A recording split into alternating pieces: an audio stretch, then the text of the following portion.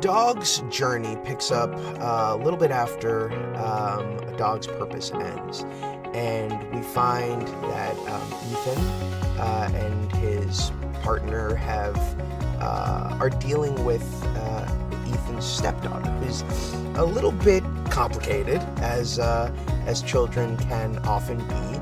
She herself has a daughter, and that relationship is also complicated. And a series of events causes Ethan's stepdaughter and granddaughter to leave the family, and it becomes Bailey's duty and Bailey's journey to protect her. What's so incredible about the script and the movie, much like the first one, is although there are cathartic tears along the way, there's also so much excitement, there's so much adventure, and there's so much laughter on this journey. And I was sort of blown away because I felt that the writers not only lived up to the first film, but in many ways I think they set the bar even higher. Ethan has grown a lot.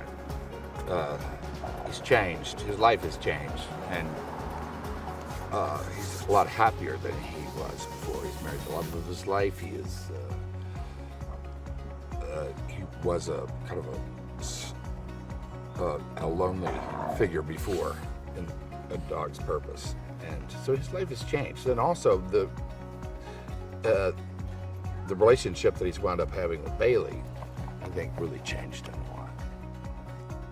Dogs are very, very sensitive to your mood, and it can affect their lives as well. You know, they take on your stress, they take on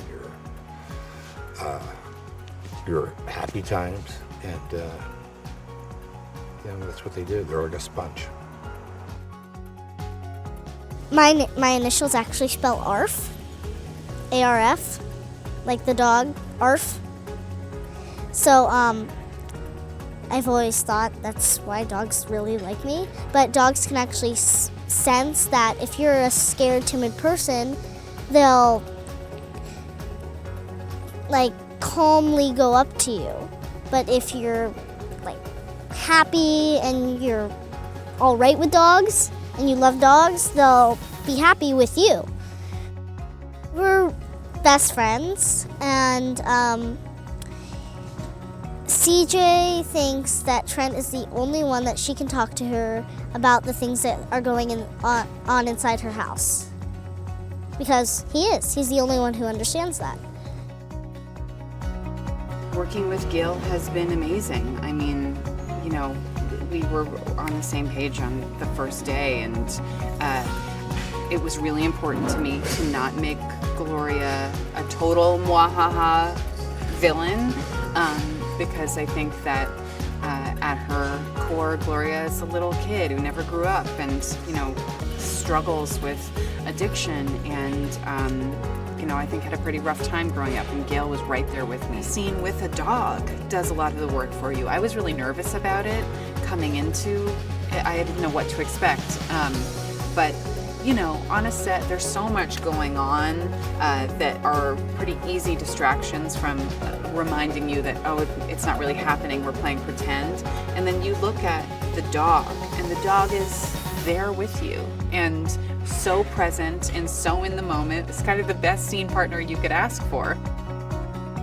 For me, the draw to doing this movie is the fact that I have been a dog lover my whole life, and right now I have, I'm going to say, close to 5 dogs. Might have 5 dogs. Not sure if that's legal or not, but but I am a dog lover, and I love dog behavior.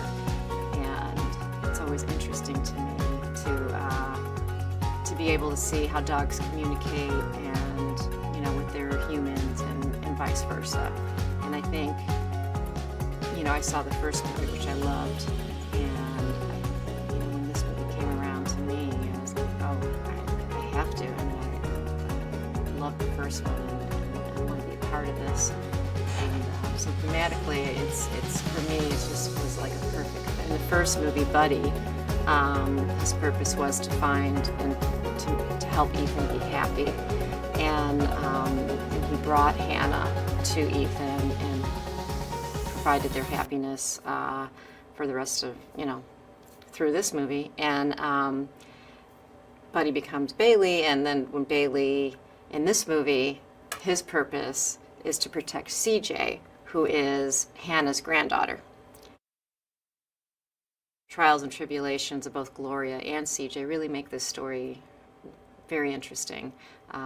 Their relationship, as complicated as it is, it's very relatable and adds a lot of drama and purpose for the dog to help CJ when times are troubled, and helps her get through and help her find herself and become the young woman she ultimately becomes.